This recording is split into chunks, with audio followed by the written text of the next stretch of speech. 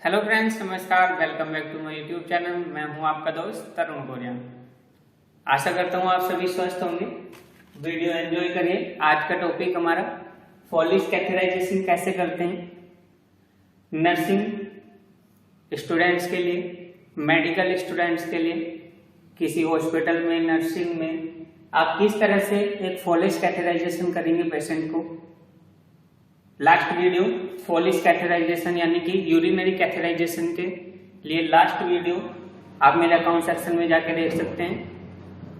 देखिए कि फॉलिश कैथेराइजेशन एक पेशेंट को करने के लिए क्या क्या जरूरतें हैं, क्या क्या सामान की जरूरत पड़ती है, क्या क्या इंस्ट्रूमेंट अरेंज होने चाहिए, किस तरह से करते हैं, और सबसे मेन चीज किस तरह से आप स्टेरिलिटी यानी कि एक स्टेराइल प्रोसीजर को मेंटेन करते हैं। सबसे पहला काम किसी भी पेशेंट के साथ प्रोसीजर करने के लिए, कोई भी नर्सिंग प्रोसीजर, मेडिकल प्रोसीजर करने के लिए सबसे मेन काम ध्यान देना होता है कि एक स्टेराइल यानी कि एक स्टेरिलाइजेशन का।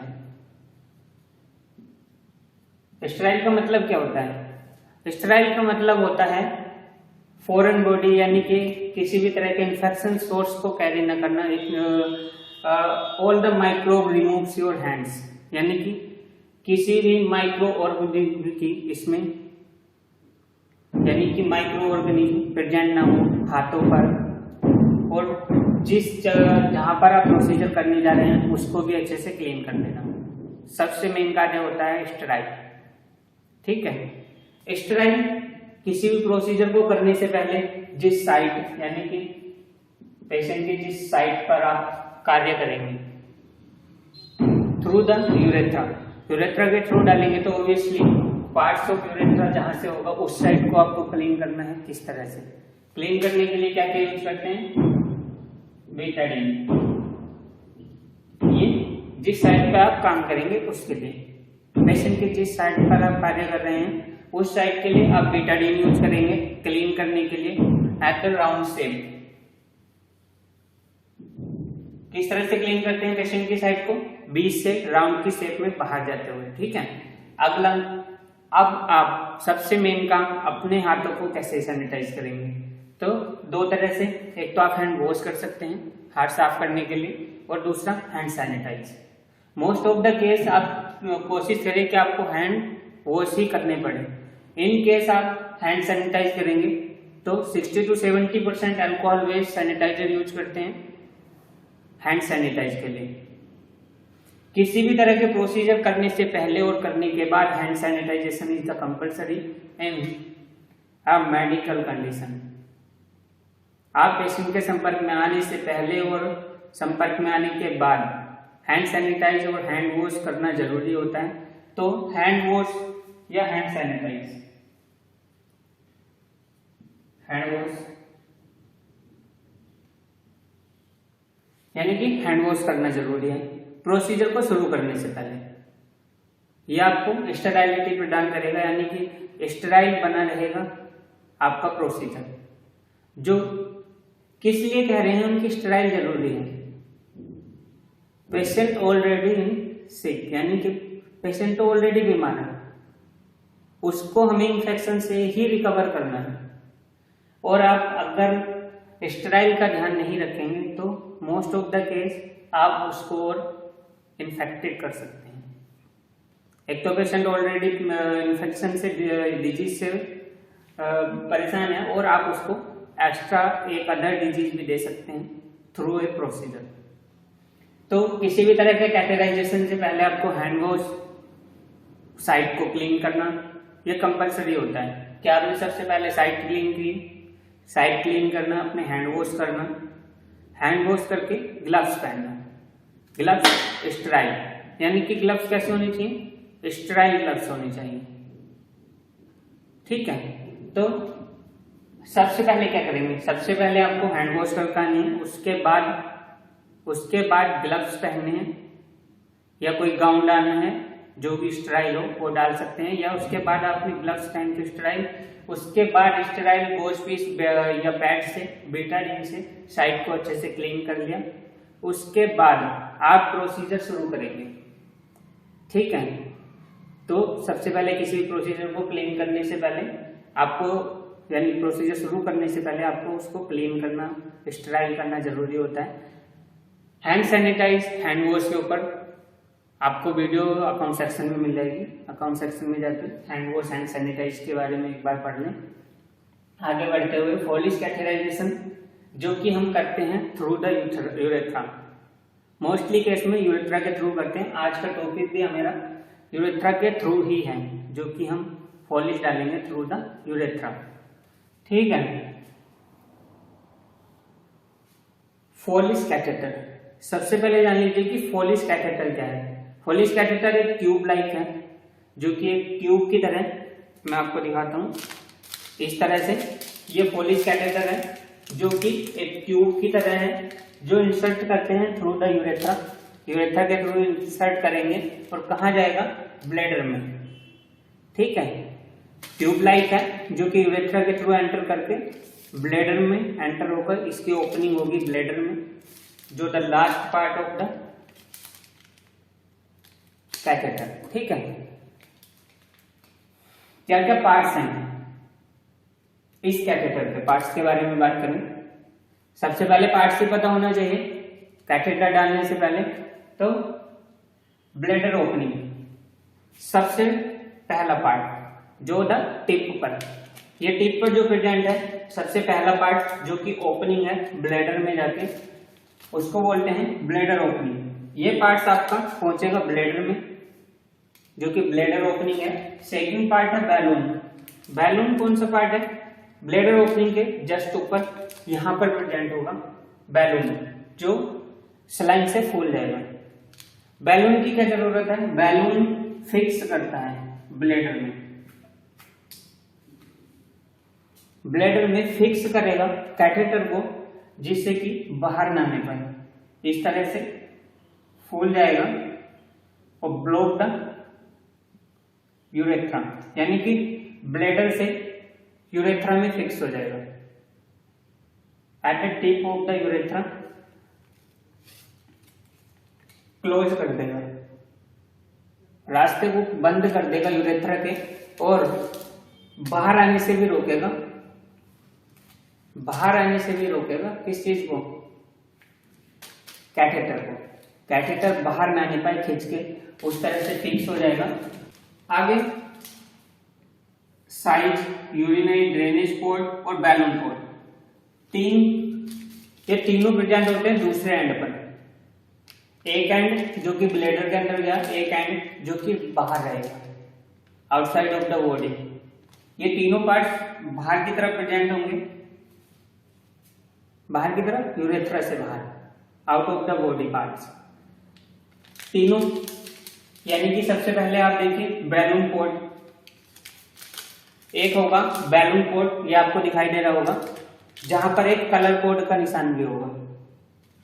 अगर इस फोलिश की बात करें, इसमें क्या है, ऑरेंज कलर का एक पोर्ट दिखाई दे रहा होगा, ये बिल्कुल इस साइड में, और इसके साइड में है urine drainage port. Urine drainage port जो कि यूरिन को कलेक्ट करेगा इन ए बैग, यहां पर कनेक्ट होगा uro bag, urine collection bag, आज drainage bag, urine collection drainage bag. तो जो यूरिन का ड्रेनेज पोर्ट है, जो कलर कोड से अदर है, अदर साइड में, यानी कि उसकी सेकंड साइड में प्रेजेंट होगा, ये है आपका यूरिन ड्रेनेज पोर्ट। और जो कलर कोड वाला है वो है बैलून पोर्ट, जिस पर जो इंडिकेट करता है साइज को भी। साइज इधर लिखा हुआ होगा, 16 गेज का होता है, जो कि ऑरेंज कलर में दिखा रहा हूं। तो ऑरेंज कलर का जो है वो 16 गेज फ्रेंच गेज में कैथेटर है, और ये साइज को इंडिकेट करता है। अगर आपने फोलिश देखा हो, उसमें इस तरह से ये प्रेजेंट होता है। ये अलग अलग तरह के green, blue, black, white, orange, red, yellow, blue, सब तरह के प्रेजेंट होंगे। ये इंडिकेट करते हैं कलर को। ठीक है, इसको देखकर आप पहचान सकते हैं कि किस कलर का किस कलर से कौन से साइज का कैथेटर है। समझ आ गया। तो ये पार्ट्स थे जो कि 5 टाइप के पार्ट्स हैं आज कैथेटर। जो कलर कोड के लिए मैंने बताया है, ये अलग अलग टाइप का प्रेजेंट होते हैं कलर के हिसाब से, कौन सा किस कलर का है। और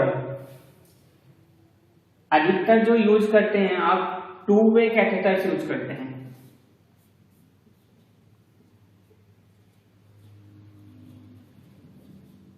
टू वे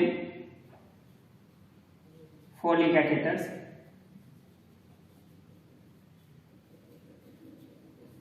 और जो रेयरली केस में हम यूज भी करते हैं 3 वे।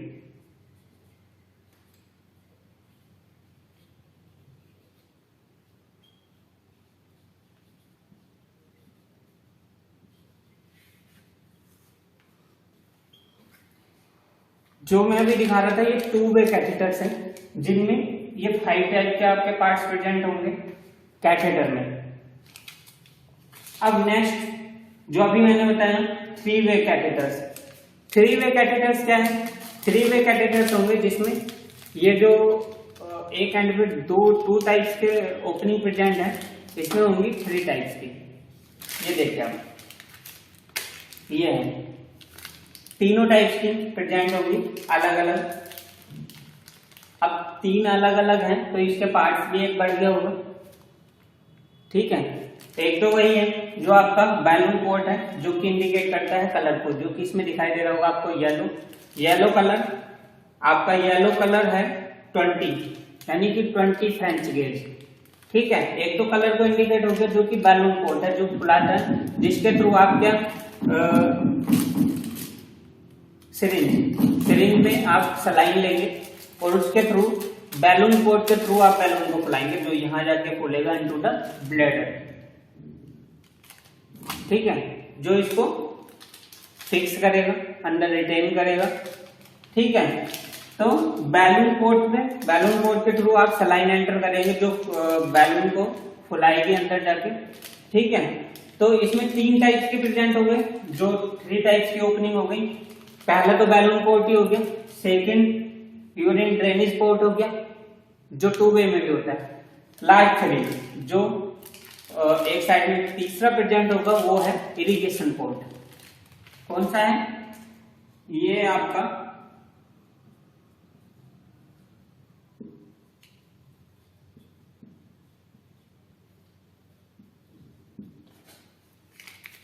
एक एक्स्ट्रा हो गया इरिगेशन पोर्ट, जो कि केवल 3 वे कैथेटर पे मिलेगा। इरिगेशन पोर्ट्स का क्या कार्य है? इरिगेशन पोर्ट मोस्टली हम ब्लैडर की कोई भी सर्जरी, प्रोस्टेट ग्लैंड की सर्जरी करने के बाद 3 वे फोलिश कैथेटर डालते हैं, जो कि इरिगेशन से अंदर ब्लड क्लोटिंग को क्लियर करने का कार्य करता है। हीमोस्टेसिस अचीव होने तक एक कंटिन्यू इरिगेशन दिया जाता है through a Foley's catheter into the bladder. किस लिए? ब्लड क्लोटिंग अंदर न होने पाए, clean the bladder when the haemostasis achieve. जब तक कि हीमोस्टेसिस अचीव ना हो जाए तब तक continuous irrigation into the bladder through the 3 way Foley's catheter. ठीक है, साइज की बात करते हैं। कलर कोड के हिसाब से क्या क्या साइज होंगे? Most of the case question भी आते हैं कि किस आपको कलर देगा, लाइट ग्रीन कलर है, बताइए कौन से गेज का फोलिश कैथेटर है। इन फ्रेंच गेज में साइज आते हैं, जैसे फर्स्ट है लाइट ग्रीन, तो क्या 6 फ्रेंच गेज का फोलिश कैथेटर है। यहां तक पीडियाट्रिक यूज होते हैं, यानी बच्चों में यूज होते हैं ये फोलिश कैथेटर। जो लाइट ब्लू है 8, ब्लैक है 10। समझ गए? Light green, light blue, black, ये लाइटली होते हैं, यानी कि जो यूज होते हैं एज ए पीडियाट्रिक, यानी बच्चों में। वाइट 12, ये यंगर, यानी कि यंगर पेशेंट में यूज होता है। डार्क ग्रीन जो कि 14 एज में होगा in adult, younger and adult, and orange 16 adult में, ठीक है, रेड 20। अलग अलग कलर के हिसाब से अलग अलग आप इंडिकेट कर सकते हैं। अब आप कहेंगे कि ऑरेंज जो कि 16 है और रेड 18 अडल्ट में है सारे, तो क्यों हम 16 डाल रहे हैं, 18 नहीं डाल रहे? अलग अलग size of the urethra and condition of the surgery.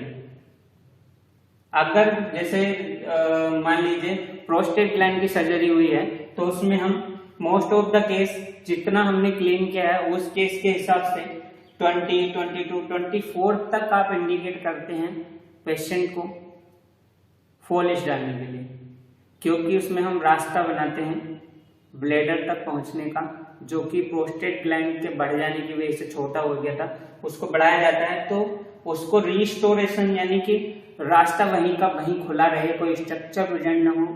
अधिक से अधिक साइज का फॉलिश कैथेटर डालने का यूज करते हैं। तो अधिक साइज के जो फॉलिश कैथेटर्स हैं इन mostly case in the use in the any types of surgery. Most of the case 14 to 16 and 18 in adults use these types of catheters in the size 14, 16 and 18, यानी कि 14, 16, 18 number के अधिकतर फॉलिश catheter हम use करते हैं patients में। इसको डालने के लिए सबसे पहले मैं डालने की विधि बता देता हूँ, क्या क्या यूज करते हैं। अब आप समझिए, पहले अपने ग्लव्स पहन लिए, उसके बाद आप यूज करेंगे जेली लिग्नोगेन 2%। जेली जो कि यूज होती है, किस लिए यूज हो रही है? रास्ते में चिकनाहट पैदा करने के लिए, समझ रहे हैं? क्यों? यूरेथ्रा में आसानी से कैथेटर एंटर हो सके, उसके लिए जेली यूज करते हैं। जेली यूज करने का है कि वो लुब्रिकेट करेगी टू द यूरेथ्रा, यानी कि यूरेथ्रा को लुब्रिकेट करेगी जिससे फॉलिश आसानी से जा सके। फॉलिश खोलना है, फॉलिश खोलने का तरीका है कि आप किसी दूसरे असिस्टेंट को कहेंगे कि फॉलिश खोल के देना है, यहाँ से खोलना है, अंदर के पार्ट को आपको पकड़ना है क्योंकि ये स्टेराइल है। तो स्टेराइल ग्लव से जो प्रोसीजर कर रहा है उसको पकड़ना है और जो असिस्टेंट में खड़ा है वो आपको फॉलिश खोल के देगा, आपको फॉलिश निकालना है और टिप की तरफ से थ्रू द यूरेथ्रा एंटर कराना है, ठीक है। जब आपको कहां तक एंटर कराना है? आपको ब्लेडर तक पहुंचना ही है, उससे पहले बैलून नहीं फुलाना है। अब आप कहेंगे पता कैसे चलेगा कि ब्लेडर पहुंच गए, ठीक है।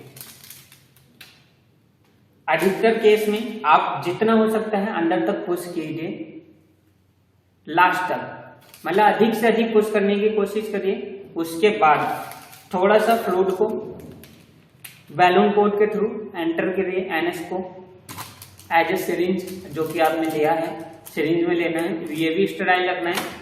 एंटर करके देखिए, यहाँ पर भी एक बैलून टाइप आपको दिखाई देगा जो कि हार्डनेस में होगा। अगर वो फूला फूला दिखाई दे रहा है तो आपको देखना है कि हो सकता है कि ब्लैडर में ना पहुंचा हो, क्योंकि वो फूलने में दिक्कत होगी। तो यहाँ थोड़ा आपको फूला हुआ दिखाई देगा। अब आपको क्या करना है कि स्लाइन को वापस देना, थोड़ा और पुश करना है। जब यहाँ से आसानी से अंदर जाए, फोर्सफुली ना लगाना पड़े ज्यादा, ये ध्यान रखना है कि ज्यादा फोर्सफुली ना लगाना पड़े एंटर करने के लिए स्लाइन को, तब आप समझिए कि अधिकतर केस में हो सकता है। दूसरे केस में बैलून फुलाने से पहले एक एम्प्टी सिरिंज लेकर जो आपका यूरिनरी ड्रेनेज पोर्ट है, यूरिन का ड्रेनेज पोर्ट है, उसमें से यूरिन को यानी एस्पिरेट करके देख सकते हैं। यूरिन को एस्पिरेट करके देख सकते हैं सिरिंज से, कि सिरिंज जो आपका ड्रेनेज पोर्ट है उसमें से इंसर्ट करके देखो कि अगर यूरिन आ रहा है, इन केस ऑफ कि ब्लैडर भरा हुआ है, ये आप तभी यूज कर सकते हैं। ब्लैडर खाली है तो यूरिन नहीं भी आएगा। इन केस ऑफ कि ब्लैडर भरा हुआ है तो आप एस्पिरेट करिए सिरिंज के थ्रू, उससे पता चल जाएगा कि ब्लेडर अगर ब्लेडर में है तो क्या हुआ, यूरिन उसके थ्रू आ जाएगा। उसके बाद आप इन्फ्लेट कर दीजिए बैलून, ठीक है। बैलून इन्फ्लेट होने के बाद आपको ड्रेनेज पोर्ट से कनेक्ट कर देना है यूरो बैग जो कि कलेक्ट करेगा यूरिन।